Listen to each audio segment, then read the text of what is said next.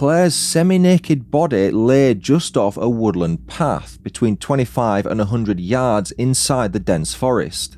She'd been dragged away from the route she usually took, and she'd been attacked and killed. It would later come to light that Claire was raped and strangled to death.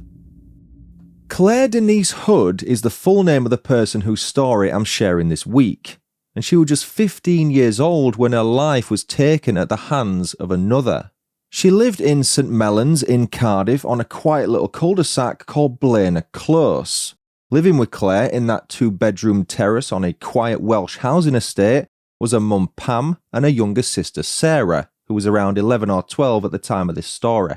The two girls' dad, Kelvin, earned a living working as a caretaker, but he didn't live at the property on Blaenau Close, as he and Pam had separated by the time our story took place and were living apart. As we bring the story back to Claire, she attended Rumney High School. She was in Year 10, Class 10W, and she played netball for the school team. Claire was just your typical teenage girl. She was bright, bubbly, full of life. People who knew her described her as well respected, and said she was just a lovely girl to be around. She had plenty of friends as a result, and was generally happy as far as I can tell. Though, like many teenagers, she had her quieter moments too. Her mum always spoke about how close the pair of them were. They weren't just mother and daughter, these two. They were close friends. They'd share clothes, talk about the problems, laugh together, cry together. And at that point in her life, Claire had a lot to be excited about. She'd recently met a boy that she really liked, and she were counting down the days of a youth club trip to Spain that was the talk of the teenage community. She was 15, full of hope, and had everything ahead of her. On Wednesday, January 18th, 1995, Claire left her home on the St Mellons estate around lunchtime. She told her mum she was heading to school, but some people later suspected she might not have been completely honest about that. Claire did have a bit of a history of skipping school now and then. It's not that she was a troublemaker or anything like that. She was just a teenager who sometimes fancied an extra couple of hours in bed rather than a day chock full of lessons. Pam worked as a cleaner, and on that day she'd already got up, gone to work, finished a morning shift and returned home before Claire had even got out of bed. When she came home between 11 AM and 12 PM, she was both shocked and not shocked to find Claire still in the house despite it being a school day. Encouraging her eldest daughter to get up, the two had lunch together shortly after, about 12:30, and by 1 o'clock that afternoon, Pam had sent Claire off to school. Before she left, Claire popped to collect a fiver that a neighbour owed her mum. That was about 12:45, though I can't say for sure if she returned home for the money before heading for school or if she did that on the way. Regardless, not long after, she walked off, and tragically, Pam would never see her daughter alive again. The next day, Thursday the 19th, at around 12:45 in the afternoon, a cyclist made a horrific discovery in the nearby Cath-Cobb Woods, just a stone's throw from Claire's home.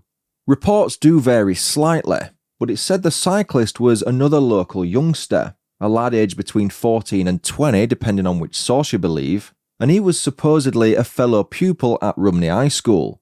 What he stumbled across that day was something that no one should ever have to see, regardless of age.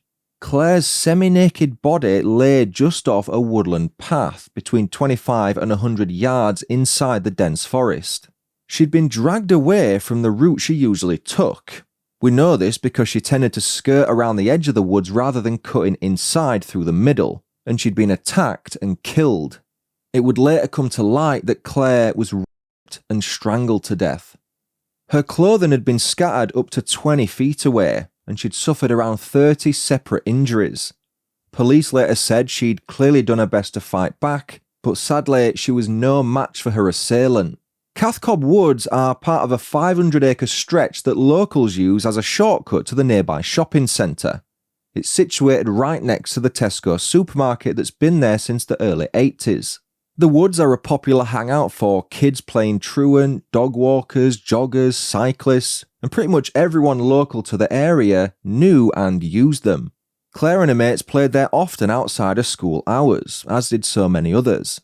In the weeks before her death, it had rained constantly.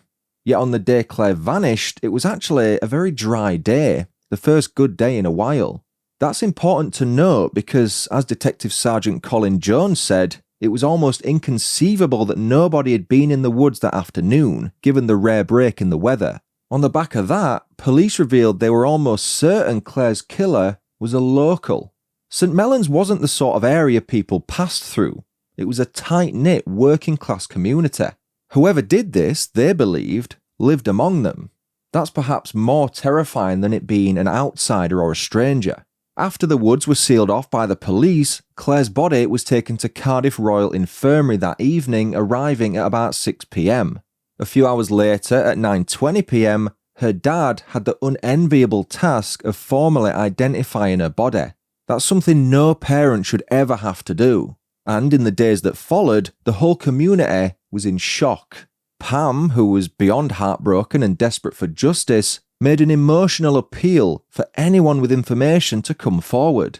She said, "If anyone is guarding him, they should stop and think what he has done to my beautiful daughter. Any mother who suspects her son, any wife who suspects her husband, or any girl who suspects her boyfriend should ring the police immediately. I appeal to them, woman to woman, not to protect this evil man." It was a raw and powerful plea, one that showed just how desperate she was to see the man responsible for killing her eldest daughter caught. At Rumney High, the headmaster urged students to walk home in groups, to avoid dark or isolated areas, and to go straight home after school. All after-school clubs were cancelled to make sure everyone was home before dark, because in mid-January in the UK, it gets pitch black pretty much by 4:30 in the afternoon. School typically finishes at, 3:15? Meanwhile, Claire's friends began raising money in her memory. They managed to collect over £600, it's about £1,200 in today's money, to pay for a plaque at the local community centre. A donation stall was set up at the Tesco next to the woods, with the locals filling it within hours. A special prayer service was held at the Church of the Resurrection on the Friday, January 20th, and around 60 children attended. They stood shoulder to shoulder in the pouring rain that day. It was their way of saying goodbye and showing that, in the face of something so cruel, the community would continue to stand together. DS Jones was the man in charge of leading the investigation into Claire's murder. He had a good number of officers working under him, somewhere from 50 to 100. This was without question a massive operation, and rightly so. The whole of Cardiff were talking about it, and the people of St Mellons wanted answers.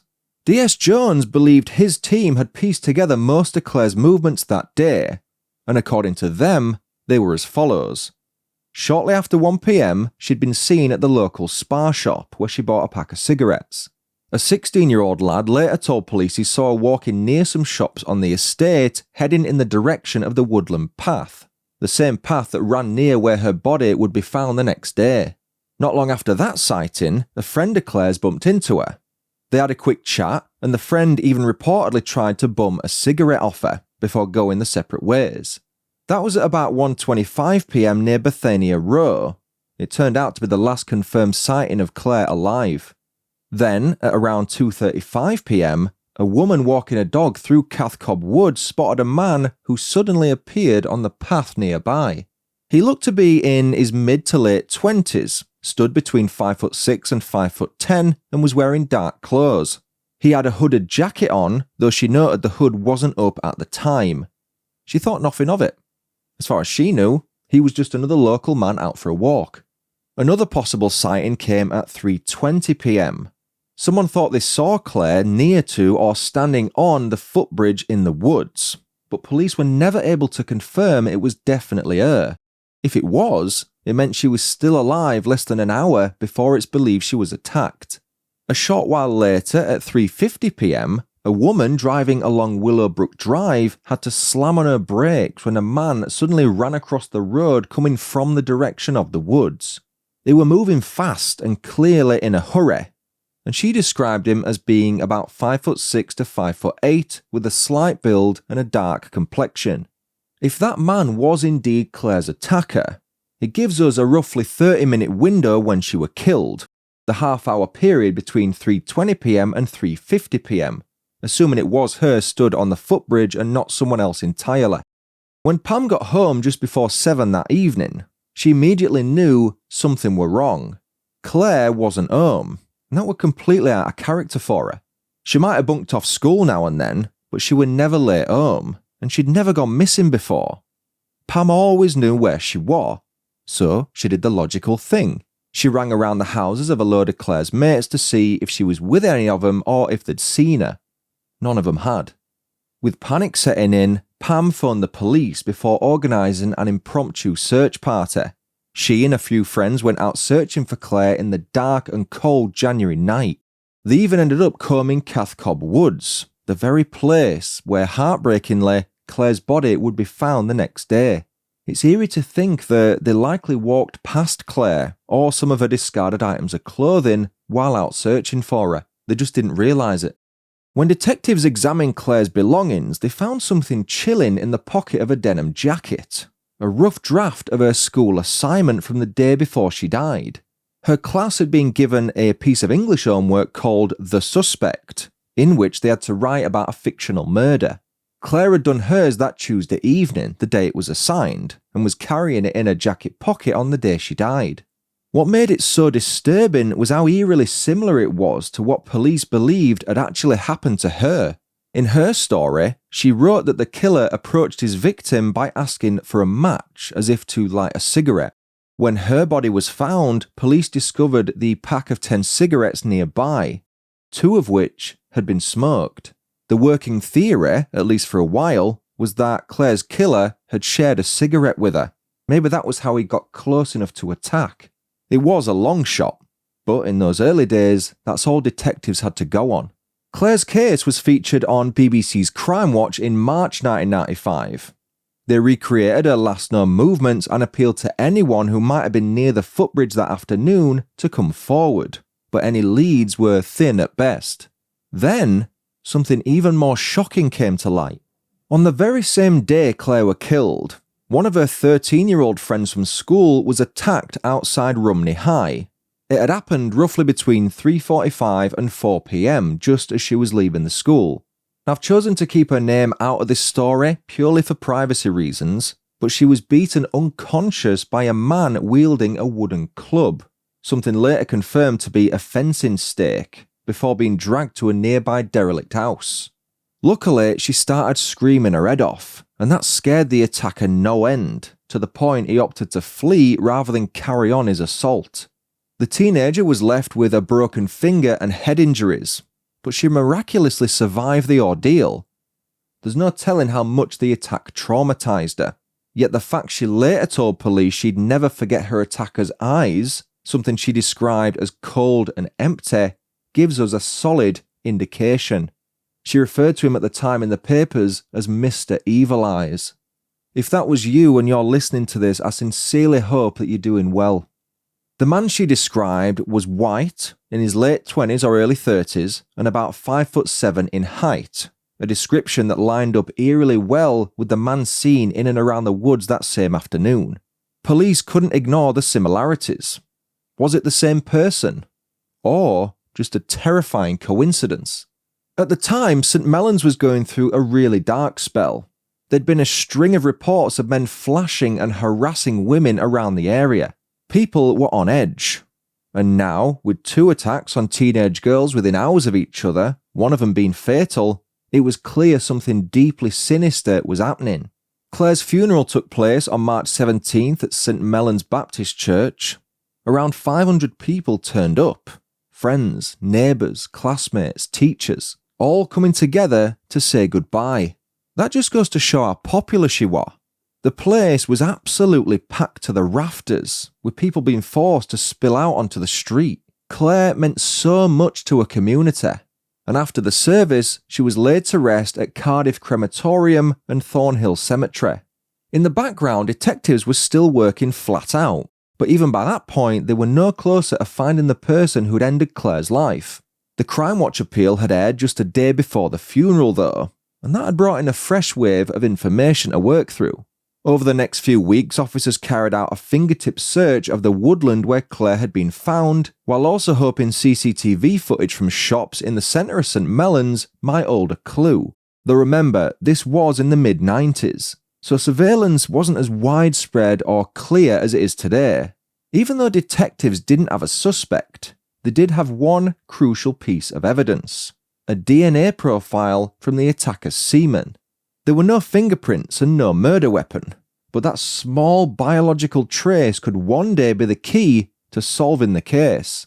For some historical context, Claire's murder happened just a few months before the UK's national DNA database was officially created. So while the timing meant police couldn't immediately cross-check the suspected perpetrator's DNA against a national list of offenders, the fact they preserved that evidence so carefully would prove invaluable later.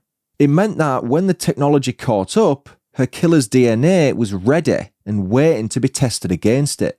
In the meantime, police turned to a new technique known as DNA blooding. Basically, it was a voluntary mass DNA screening, something that had only been used in a handful of investigations before. Officers started going door to door, inviting men from the local area to give blood and saliva samples to help eliminate themselves from the inquiry. It was a huge operation. When the testing began on April 11th, 1995, officers expected to knock on anywhere from 2,000 to 5,000 doors. Each man who agreed would go to the local police station in small groups, have his identity confirmed, and give a small blood sample.